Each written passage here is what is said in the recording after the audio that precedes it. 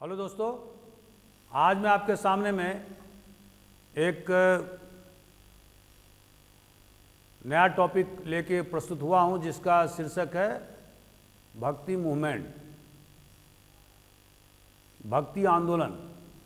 जो हमारे प्राचीन भारत में, खास करके दक्षिण भारत में और उसके बाद में मेडिवल पीरियड में उत्तर भारत में बहुत ज़ोर शोर से चला। ये भक्ति आंदोलन क्या है?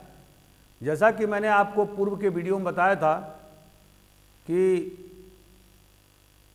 जो हिंदू जो फिलॉसफी है, जिसमें कि जीवन के उद्देश्य बताए गए हैं, तो जो उद्देश्य है वो क्या है? जो अंतिम उद्देश्य है वो है साल्वेशन, माने मुक्ति या मोक्ष, जिसमें कि आदमी या मनुष्य साइकिल ऑफ बर्थ और डेथ, माने मृत्यु और जन्म के बंधन से मुक्त हो जाता है। तो हिंदू फिलॉसफी में मोक्ष प्राप्त करने के 3 साधन बताए गए हैं: ज्ञान मार्ग, कर्म मार्ग और भक्ति मार्ग। ज्ञान मार्ग उन लोगों के लिए है जो बहुत बड़े स्कॉलर हैं, ऋषि हैं, मुनि हैं, साइंटिस्ट हैं, दार्शनिक हैं, जो जिनकी सोच बहुत ज़्यादा हायर लेवल पर है। और कर्म मार्ग उनके लिए बताया गया है जो कर्म में विश्वास करते हैं, काम में विश्वास करते हैं, अपने लक्ष्य की प्राप्ति करने के लिए दिन रात काम करते हैं और अपने जिसके लिए वर्क ये वर्शिप होता है। तो जो ऋषि मुनि हैं या बहुत बड़े स्कॉलर हैं, उससे जो थोड़े से जो नीचे स्तर पर हैं प्रोफेशनल्स, उनके लिए कर्म मार्ग है।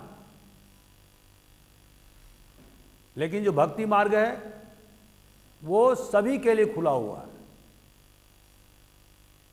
निचले तबके से लेकर के ऊपर के तबके तक सबके लिए भक्ति मार्ग मोक्ष के द्वार हैं। तो दोस्तों, आखिर मनुष्य का जो अंतिम लक्ष्य है वो है जन्म और मृत्यु के बंधन से मुक्त होना।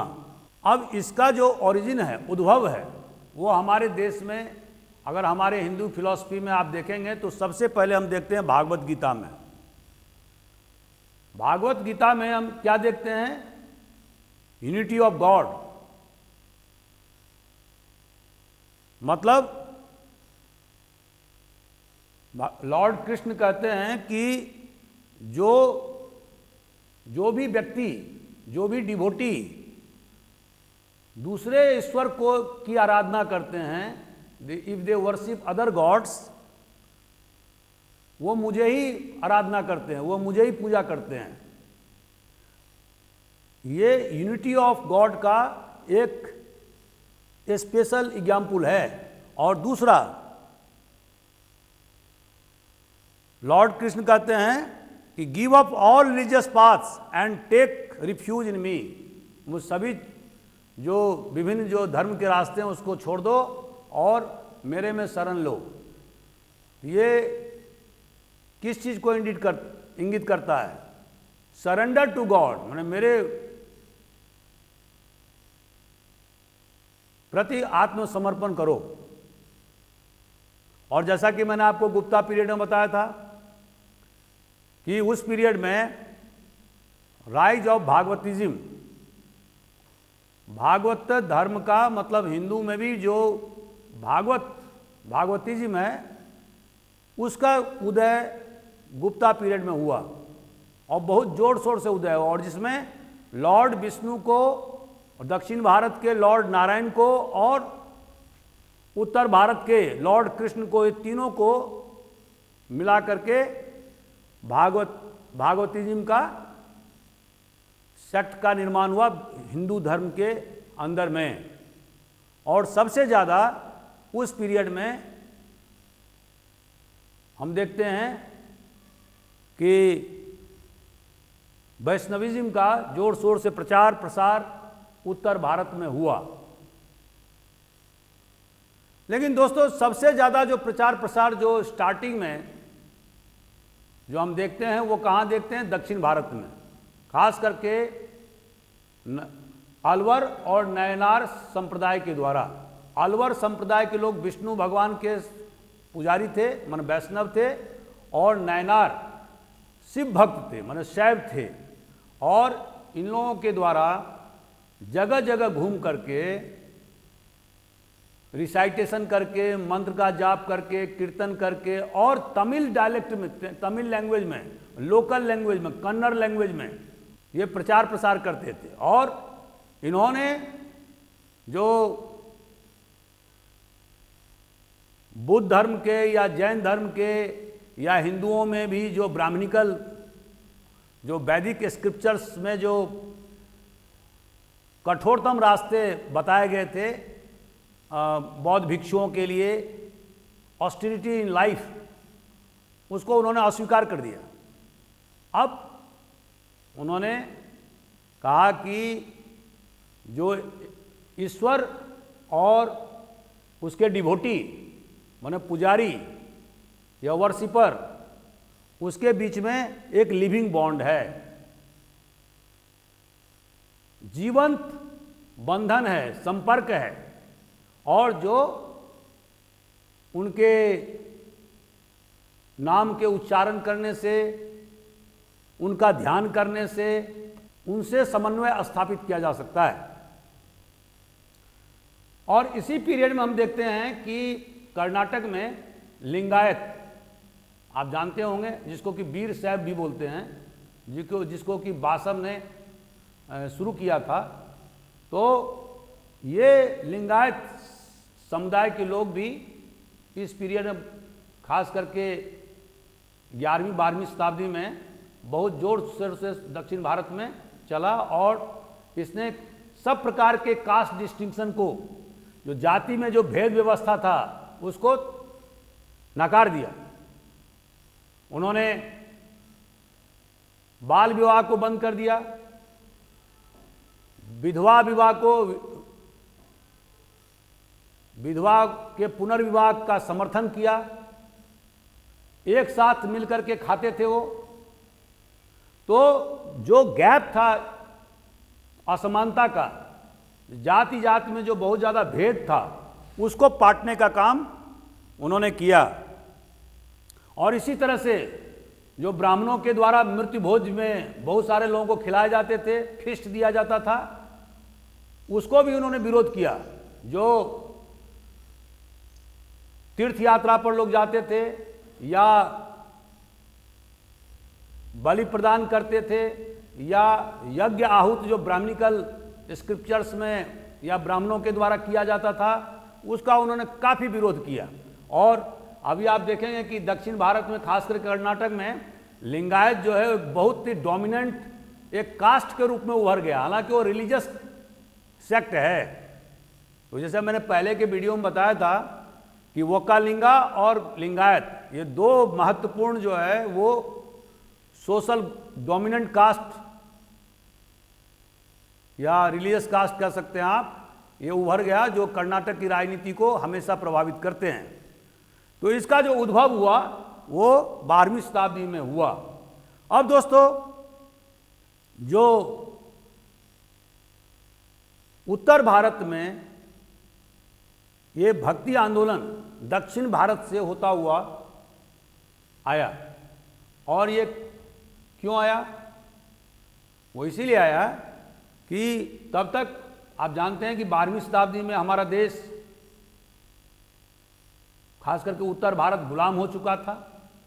बैटल ऑफ तराई में हम हार चुके थे, सेकेंड बैटल ऑफ तराई में। और उत्तर भारत पर धीरे धीरे मुसलमानों का शिकंजा कसता जा रहा था। एक निराशावाद, एक अवसाद की अवस्था से हिंदू समाज गुजर रहा था।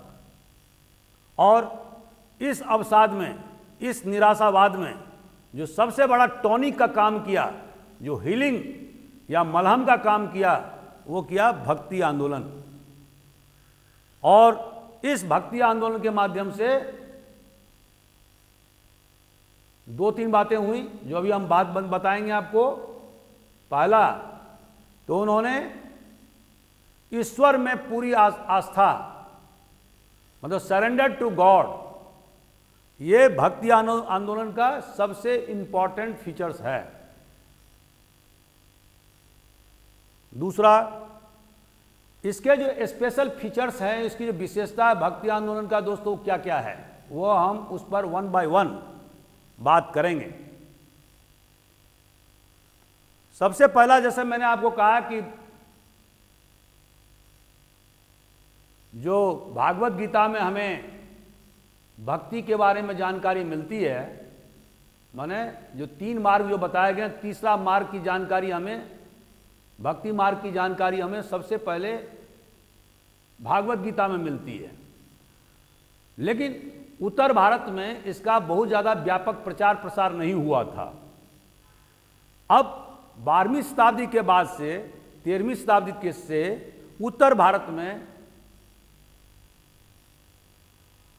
भक्ति आंदोलन जोर पकड़ने लगा। क्यों? कि हिंदुस्तान, खास करके उत्तर भारत, मुसलमानों के अधीन हो गया था। दूसरा एक फैक्टर और था, जो अलवर और नैनार संप्रदाय के लोग जो दक्षिण भारत में बहुत जोर शोर से उन्होंने वैष्णव संप्रदाय और शैव संप्रदाय का प्रचार प्रसार किया। तो मैंने आपको पल्लव डायनेस्टी और चोला डायनेस्टी में जो बताया था, उसमें मैंने कहा था कि ब्राह्मणों की सुप्रीमेसी पूरी तरह से दक्षिण भारत और डेक्कान में स्थापित हो गया था, खास करके 7वीं 8वीं शताब्दी से लेकर के 3वीं शताब्दी तक, जब तक चोला और उनके बाद में जो पांड्याज और होयसाल डायनेस्टी, और जब तक कि अलाउद्दीन खिलजी का फोर्स या मलिक काफूर का वहाँ आक्रमण नहीं हुआ था, जब तक मुसलमान का शासन वहाँ पर नहीं पहुँच गया था, तब तक इन इलाकों में ब्राह्मण सुप्रीमेसी पूरी तरह से हो गए थे। और वो सुप्रीमेसी लैंड ग्रांट्स और टेम्पल पर आधारित था। तो दोस्तों, जो अलवर और नैनार, ये जो दो संप्रदाय, जो वैष्णव और शैव संप्रदाय का जो राइज हुआ, वो धीरे धीरे 10वीं शताब्दी 11वीं शताब्दी तक आते आते उनकी ताकत कमजोर हो गई। दूसरी बात यह है कि उनका जो फोकस था वो एंटी ब्राह्मणिज्म नहीं था। वो समझते थे कि ब्राह्मण सुप्रीमेसी पूरे दक्षिण भारत में स्थापित हो चुका है, और अगर हम उसका विरोध करेंगे तो फिर विरोध का सामना करना पड़ेगा। तो इनके द्वारा, अलवर और नैनार संप्रदाय के लोगों के द्वारा सीधे टकराहट से बचा गया। लेकिन जो लोअर क्लास के लोग थे उसमें ये बहुत ज़्यादा लोकप्रिय हुए। और दूसरी बात ये थी कि उन्होंने तमिल और कन्नड़ के माध्यम से अपने विचारों को फैलाया। लेकिन जब अलवर और नैनार संप्रदाय की ताकत कमजोर होने लगी दक्षिण भारत में, तो उस समय रामानुजम ने कोशिश किया कि जो वैदिक ट्रेडिशन है और जो भक्ति ट्रेडिशन है, दोनों को एसिमिलेट कैसे किया जाए।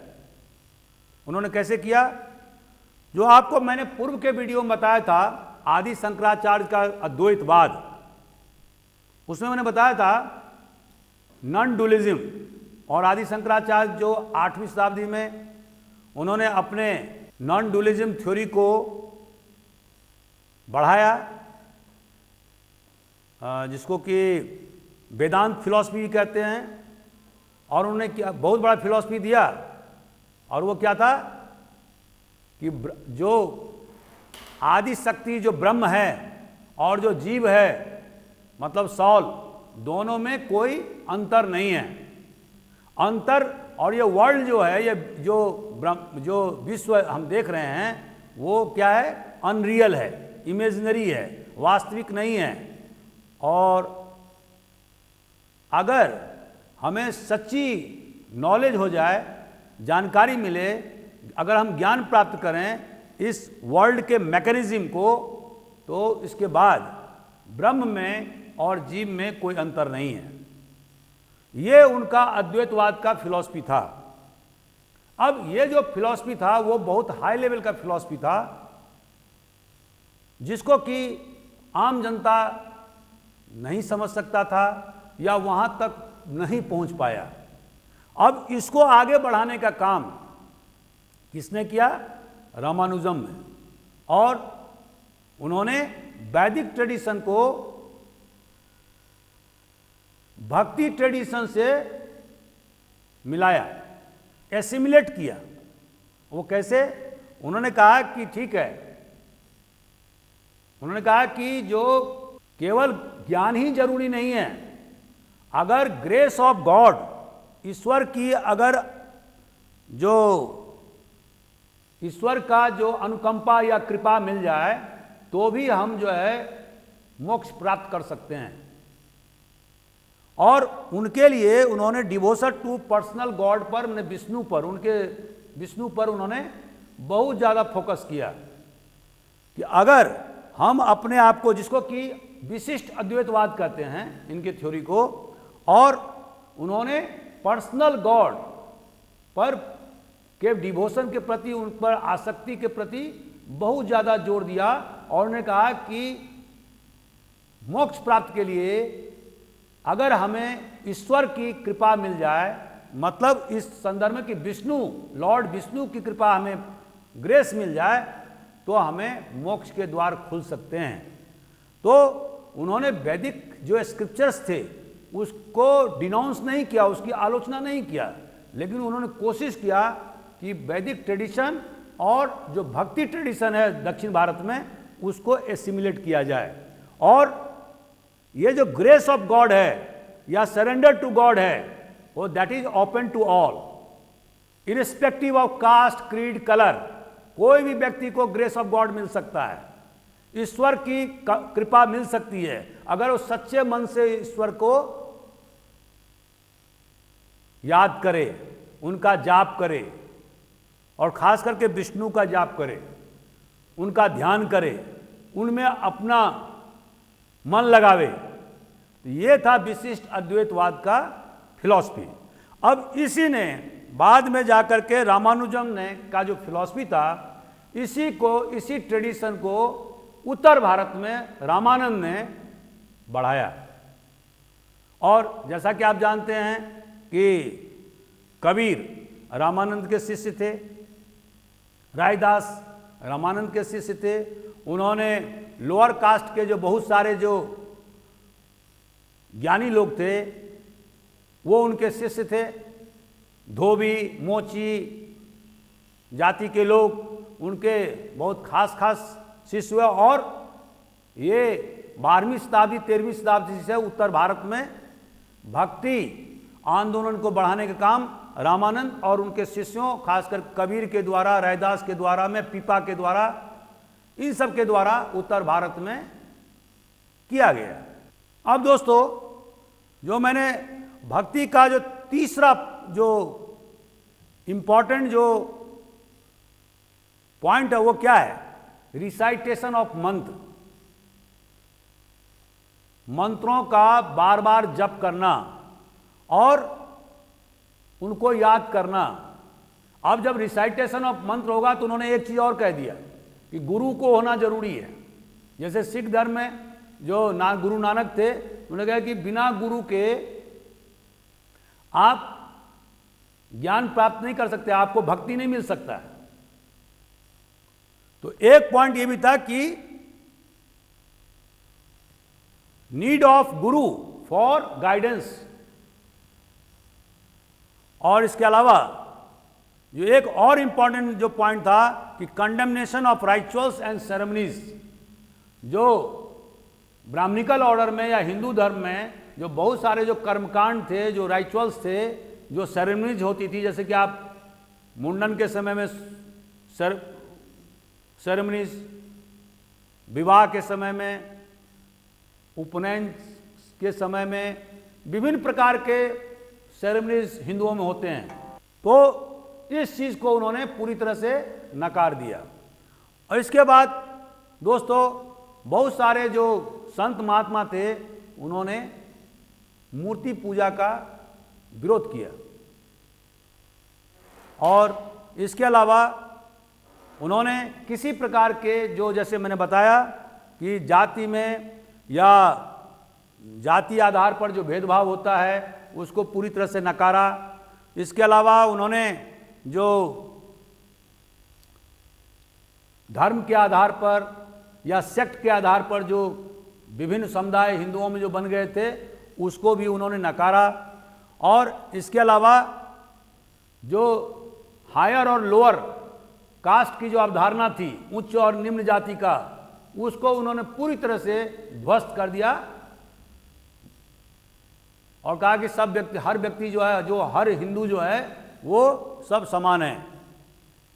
और इसके लिए उन्होंने जो लोकल जो डायलेक्ट थे, लोकल जो बोली थी, लोकल जो भाषा थे, उसको उन्होंने अख्तियार किया अपने विचारों के आदान प्रदान के लिए। और जो संस्कृत भाषा था उसको उन्होंने साइडलाइन किया।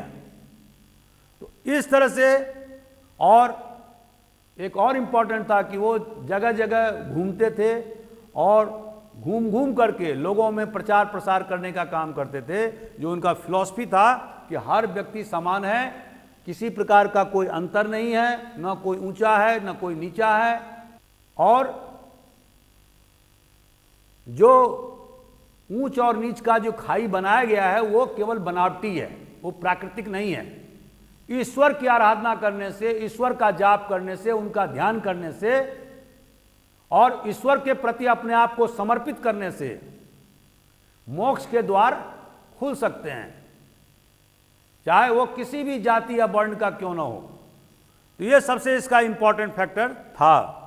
तो इसका जो हिंदुस्तान में, नॉर्दर्न इंडिया में खास करके आपके देखेंगे कि इसमें भी दो प्रकार के संत जो है ना सामने आए हैं। एक है सगुन। दो प्रकार के संत भक्ति आंदोलन में हुए हैं। एक को बोलते हैं सगुन उपासक और दूसरे को बोलते हैं निर्गुण उपासक। अब सगुन का मतलब क्या हुआ दोस्तों? सगुन का मतलब हुआ कि जो ईश्वर को मतलब पूजा करते हैं, ध्यान करते हैं और उसको मानो मूर्ति पूजा में भी विश्वास करते हैं। मतलब जैसे कि उनका एक आकार है और उनकी प्रतिमा बनाई जा सकती है और उनको पूजा जा सकता है। लेकिन जो दूसरे प्रकार के जो संत थे वो निर्गुण, मतलब ईश्वर के कोई रूप नहीं होते, वो अदृश्य हैं, वो सर्वशक्तिमान हैं। जैसे आदि शंकराचार्य का अद्वैतवाद का फिलॉसफी था। और अभी 15वीं 16वीं शताब्दी में निर्गुण उपासक जो था वो कौन थे? सबसे इंपॉर्टेंट जो था वो कबीर, गुरु नानक। और कबीर ने तो यहां तक कह दिया कि पत्थर पूजे हरि मिले तो मैं पूजू पहाड़, या तो वो चक्की भली पीस खाए संसार। उन्होंने राम और रहीम उसमें कोई अंतर नहीं किया। तो और इसी तरह से गुरु नानक ने भी मूर्ति पूजा पर कोई विश्वास नहीं किया। और बाद में आप देखते हैं कि कुछ दिनों के बाद में सिख धर्म हिंदुस्तान में पैदा हो गया, उसके बारे में हम आगे बताएंगे। लेकिन बहुत सारे जो संत थे, जैसे तुलसीदास जिसने रामचरितमानस की रचना की, या मीराबाई, या राजस्थान में, या नरसिंह मेहता गुजरात में, या उसके पहले चैतन्य महाप्रभु बंगाल में और उड़ीसा में। तो इन लोगों ने सगुण भक्ति माने मूर्ति पूजा को भी इंपॉर्टेंस दिया। इसी पीरियड में उत्तर भारत में दो संप्रदाय, खास करके उत्तर भारत में दो संप्रदाय पैदा हुए। एक राम के लॉर्ड राम और दूसरा लॉर्ड कृष्ण। और लॉर्ड राम के जो सबसे बड़े जो भक्ति के जो संत हुए हैं वो हैं रामानंद, और इसके बाद में तुलसीदास, और लॉर्ड कृष्ण के जैसे बल्लवाचार्य से मीरा, जिसमें कि कृष्ण के लीला को या कृष्ण के बचपन के जो उनकी जो लीलाएं हैं उसका बहुत ज़बरदस्त से व्याख्यान प्रस्तुत किया गया। राधा और कृष्ण की जो प्रेम संबंध है उसको स्पिरिचुअल लेवल तक ले जाया गया है। तो इस तरह से उत्तर भारत में इसका जोर शोर से प्रचार प्रसार हुआ। और इसी के साथ में राधा स्वामी सेक्ट संप्रदाय, इसका भी, इस संप्रदाय का भी बहुत ज़बरदस्त प्रचार प्रसार, खास करके गुजरात, राजस्थान और मध्य प्रदेश के मालवा इलाकों में इनका बहुत ज़्यादा व्यापक पैमाने पर प्रचार प्रसार हुआ है। अब दोस्तों इसका इम्पैक्ट क्या हुआ? अब जैसे कि मैंने बताया कि उस समय में बहुत सारे, खास करके उत्तर भारत में 15वीं 16वीं शताब्दी में बहुत सारे साधु संत पैदा हुए जिन्होंने हमारे हिंदू समाज को बहुत ज़बरदस्त ढंग से प्रभावित किया। तो अब सवाल उठता है कि भक्ति आंदोलन का हिंदुस्तान पर क्या प्रभाव पड़ा? तो पहला जो प्रभाव था वो ये था कि लेसनिंग रिगिडिटी, कास्ट जाति प्रथा में जो पूरी तरह से जकड़न व्याप्त हो गया था, जो बहुत रिगिड हो गया था, उसमें थोड़ा सा कमी आए। दूसरा, लेकिन जाति प्रथा समाप्त नहीं हुआ। जाति प्रथा आज भी देख रहे हैं कि हिंदुस्तान में चल रहा है। हालांकि उसमें जो बहुत ज़्यादा कठोरता था वो कम हुआ है, लेकिन जाति प्रथा पूरी तरह से समाप्त नहीं हुआ है। और आने वाले भविष्य में भी समाप्त होने की कोई संभावना नहीं है। तो जो अलवर या नैनार संप्रदाय के या लिंगायत संप्रदाय के लोग जिस प्रकार से जाति प्रथा का विरोध कर रहे थे और किसी प्रकार के भेदभाव को नहीं मान रहे थे, तो अंत में क्या हुआ कि वो खुद एक सेक्ट में बदल गए। जैसे जो बासव या उनके भतीजा चिन्ना बासव के द्वारा जो कर्नाटक में प्रचार प्रसार किया गया था लिंगायत के लिए, खास जो शैव धर्म के, शैव संप्रदाय के उपासक हैं, अंत में क्या हुआ? आज की तारीख में इस संप्रदाय, उनके मानने वाले एक संप्रदाय के रूप में कन्वर्ट हो गए। अब दक्षिण भारत के कर्नाटक राज्य में लिंगायत जो है वो पावरफुल रिलीजियस डोमिनेंट या डोमिनेंट रिलीजियस ग्रुप हो गया है। इसी तरह से गुरु नानक ने जाति व्यवस्था का विरोध किया। विभिन्न प्रकार के जो हिंदू धर्म में विकृतियां आ गई थी उसको दूर किया। उन्होंने लंगर सिस्टम शुरू किया और जहां पर कि सारे जाति के लोग एक साथ भोजन करते थे ताकि उसमें किसी प्रकार का भेदभाव नहीं हो। लेकिन बाद में हम क्या देखते हैं, धीरे धीरे गुरु नानक के उपदेश के मानने वाले लोग कि एक अलग धर्म हो गया, और जिसको बोलते हैं सिख धर्म, जो आज की तारीख में पंजाब में बहुतायत में उनकी मेजॉरिटी है। इसी तरह से कबीर के मानने वाले लोग आज की तारीख में उन्हें कबीरपंथी कहा जाने लगा। मैंने एक अलग सेक्ट या एक अलग समुदाय का निर्माण हो गया है, कबीरपंथी। इसी तरह से नाथ संप्रदाय के लोग, जिसके कि फाउंडर गोरखनाथ थे, और अभी गोरखपुर में आप देख ही रहे हैं उनका बहुत बड़ा मठ है। तो उन्होंने भी जाति प्रथा का विरोध किया। जो हिंदू समाज में जो बहुत सारी जो भ्रांतियां थी, जो कमियां थी, विकृतियां थी, उनका विरोध किया। अंत में क्या हुआ? अंत में वो खुद एक संप्रदाय के रूप में कन्वर्ट हो गए, और उस संप्रदाय का नाम आज की तारीख में क्या कहा जाता है? नाथपंथी। तो इस तरह से दोस्तों हम क्या देखते हैं कि जो भक्ति आंदोलन का जो सबसे जो महत्वपूर्ण जो फैक्टर था वो क्या था? विशेषता जाति प्रथा का विरोध, किसी प्रकार के भेदभाव का विरोध, कोई ऊंचा नहीं, कोई नीचा नहीं। लेकिन क्या हुआ? उसमें यह सफल नहीं हो पाए।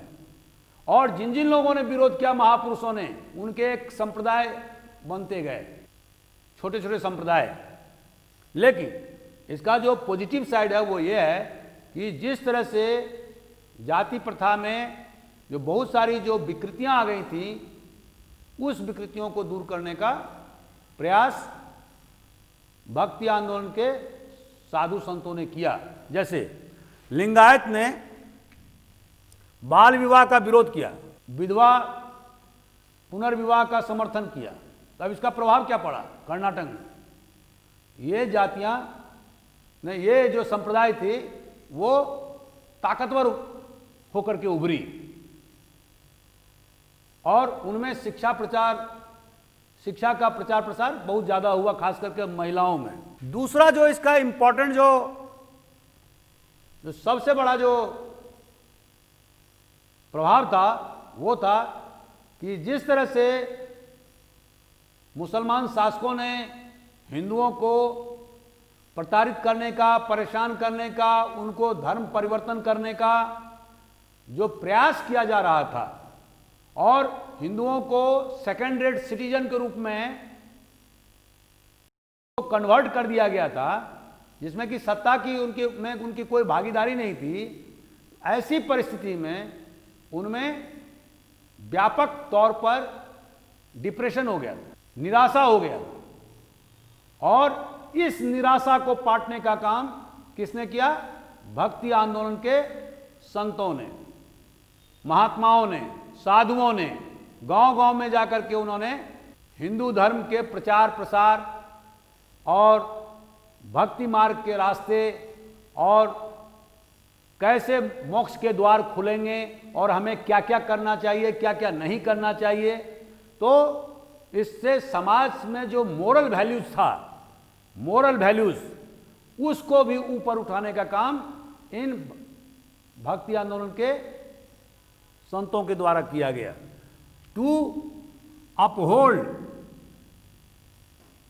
The moral fabric of society, इसका तीसरा इंपॉर्टेंट प्रभाव था। और चौथा इंपॉर्टेंट जो फैक्टर था वो था जो क्षेत्रीय भाषा है उसका व्यापक प्रचार प्रसार हुआ इस पीरियड में, खास करके 15वीं 16वीं शताब्दी में। और जो आज की तारीख में आप जो जैसे कि बांग्ला या उड़िया या आसामीज या गुजराती या मराठी या तेलुगु, कन्नड़, ये सारे जो भाषा आप देखते हैं, क्षेत्रीय भाषा, इसका व्यापक विकास इसी पीरियड में हुआ। तो डेवलपमेंट ऑफ रीजनल, एक और जो इसका व्यापक प्रभाव ये पड़ा कि चूंकि हिंदुस्तान में मुसलमानों का शासन उत्तर भारत से लेकर दक्षिण भारत तक 15वीं 16वीं शताब्दी में फैल गया था, तो इसके बाद में जो इस्लाम के जो दो इम्पॉर्टेंट जो उसके टीनेट्स थे वो क्या थे? Equality and universal. इस्लाम के दो इम्पॉर्टेंट जो टीनेट्स हैं, जो उसके स्पेसिफिक फीचर है, वो क्या है? समानता और यूनिवर्सल ब्रदरहुड। तो ये दोनों जो प्रिंसिपल हैं इस्लाम के, ये भक्ति आंदोलन के जो संत थे उनको भी प्रभावित किया। और इसी के कारण से जो हिंदुओं में जो व्यापक पैमाने पर जो विकृतियां थी, वो सब भी उन विकृतियों को दूर करने का प्रयास किया गया। तो इस तरह से हमारे जो भक्ति आंदोलन के जो प्रणेता थे वो सोशल रिफॉर्म का मतलब सामाजिक सुधार का भी उनके द्वारा काम किया गया। तो जैसे कि हम देखते हैं कि जैसे कि सती सिस्टम है, तो हमने बताया था कि ये बहुत ही ज़्यादा घृणित ट्रेडिशन था हिंदुओं में, उसमें काफ़ी कमी हुई, हालांकि ख़त्म नहीं हुआ, लेकिन उसकी जो फ्रीक्वेंसी है उसमें बहुत ज़्यादा कमी आई। इसी तरह से जो चाइल्ड मैरिज या बाल विवाह उसमें भी कमी आई। तो इस तरह से हिंदुओं को उनके नैतिक स्तर को उठाने के लिए हिंदू समाज में जो कमियां थी उसको दूर करने का प्रयास भक्ति आंदोलन के माध्यम से किया गया। इसका जो सबसे जो लास्ट जो इम्पोर्टेंट जो फैक्टर है भक्ति आंदोलन का है वो है ह्यूमनिस्ट। ह्यूमनिस्ट मतलब मानवतावादी, मानवतावादी दृष्टिकोण। भक्ति आंदोलन के समय में जो भी संत महात्मा हुए, चाहे वो महाराष्ट्र के हों, चाहे वो दक्षिण भारत के हों, चाहे वो उत्तर भारत के हों, जो उनका जो मेन फोकस था वो क्या था? मानवतावादी दृष्टिकोण। मतलब मानवतावादी दृष्टिकोण का मतलब क्या होता है कि हर चीज का जो सेंटर ऑफ अट्रैक्शन है वो क्या है? मनुष्य। अगर किसी के द्वारा मनुष्य को परेशान किया जाता है, मानवता को या किसी भी व्यक्ति को कष्ट पहुंचाया जाता है, तो वो ठीक नहीं है। मानवतावादी दृष्टिकोण ये बताता है कि जो हमारी जो भी गतिविधियां होना चाहिए, जो भी हमारी कार्रवाई होना चाहिए, उसका जो मूल उद्देश्य होना चाहिए मानव का कल्याण। तो मानव का कल्याण, और मानव का कल्याण कैसे होगा? जब उसके दुख को आप दूर करने का प्रयास करेंगे, आप उसको परेशान नहीं करेंगे, आप उसको मूलभूत सुविधाएं देंगे। तो ये सारे जो ऋषि मुनि और जितने भी संत महात्मा हैं, चाहे तुलसीदास हो, चाहे वो रसखान, चाहे वो मीराबाई हो, चाहे नरसिंह मेहता हो, चाहे वो वल्लभाचार्य हो, चाहे चैतन्य महाप्रभु हो, इन सारे जो ऋषि मुनि हैं उनका जो फोकस था उसका केंद्र बिंदु क्या था? ह्यूमनिस्ट, मानवतावादी दृष्टिकोण। ये इसका सबसे बड़ा इंपॉर्टेंट एस्पेक्ट है। तो अंत में दोस्तों, अभी हमने संक्षिप्त रूप में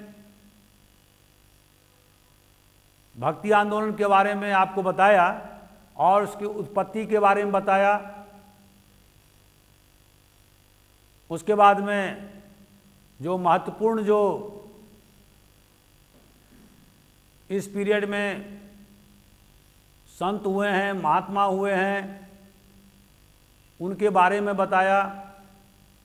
और उसके बाद में उनके क्या क्या बेसिक प्रिंसिपल्स थे या मुख्य सिद्धांत थे उसके बारे में भी बताया।